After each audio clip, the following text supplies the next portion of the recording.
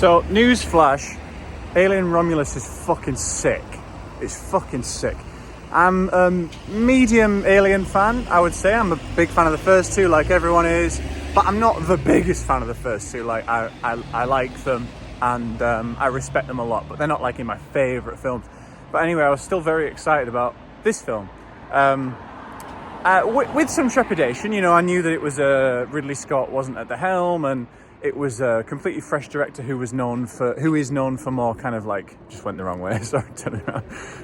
He does more, I don't want to say schlocky horrors, but I'd say straightforward horrors, without the subtext that Alien may normally have.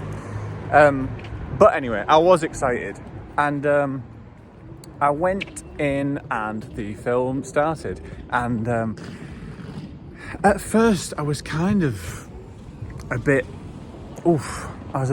uncomfortable because the cast seemed to be a cast of very young, quite wooden actors, apart from the two main characters who were very good.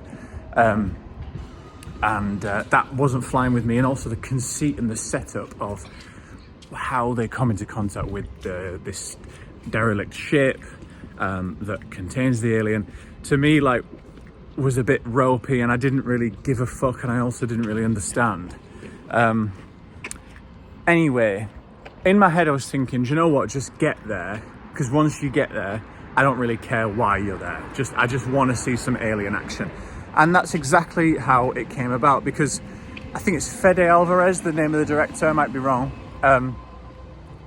He knows what he's doing when it comes to essentially like a haunted house thing, which is what it is. It's an alien haunted house movie in a similar vein to the first one, but with more of the action inflections of the second one.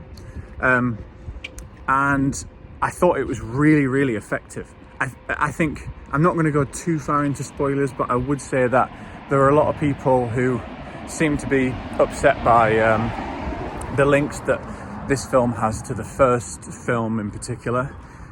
Those didn't upset me, and I think that's partly because, like I said, I'm not in love with the first two. I just really, really like them.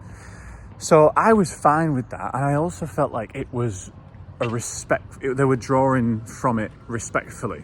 I also felt like it wasn't just a repeat of the motifs of the first one. So yes, they touch on some things, and there are some things that are really directly referred back to, but it didn't feel like a Force Awakens situation to me, which was like, you couldn't call this a reboot, but that was a reboot that tread the same line that A New Hope tread so exactly that it was just a bit kind of like, oh, you know?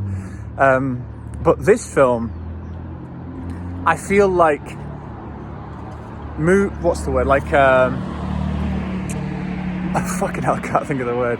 It kind of like adds to the story of the first one. It takes from the first one enough. It elaborates the world enough. I do think you could argue it. There's some elaborations that are a little bit reckless.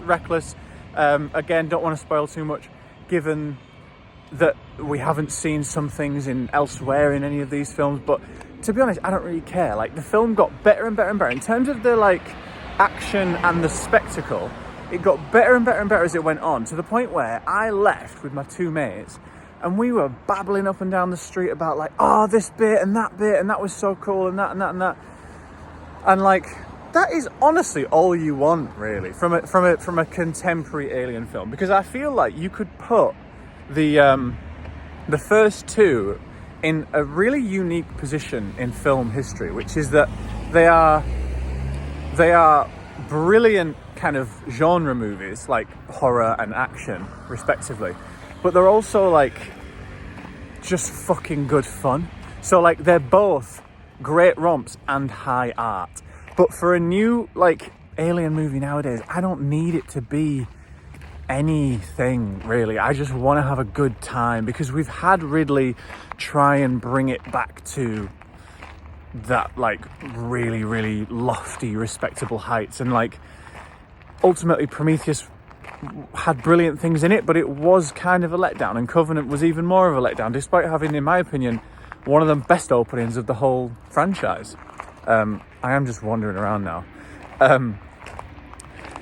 So I don't need it to be that anymore. I just need a fresh pair of eyes, which Fede Alvarez is, to just give me a good fucking time. And he definitely did.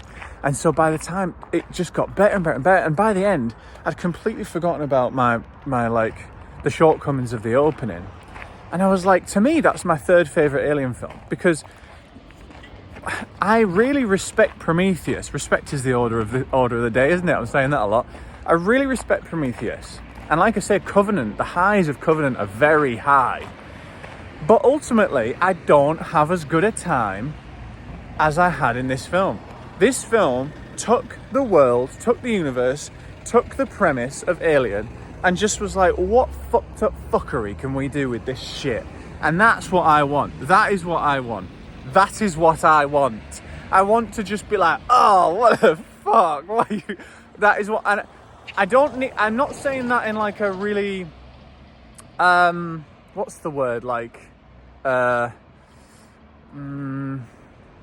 flimsy way. Like, I'm not saying I want an Alien film to be like a flimsy, throwaway, like, gory horror, you know, the type that you'd see flung out every single week in the noughties, you know, that fucking Hostel, Saw, Conjuring era. I don't need it to be...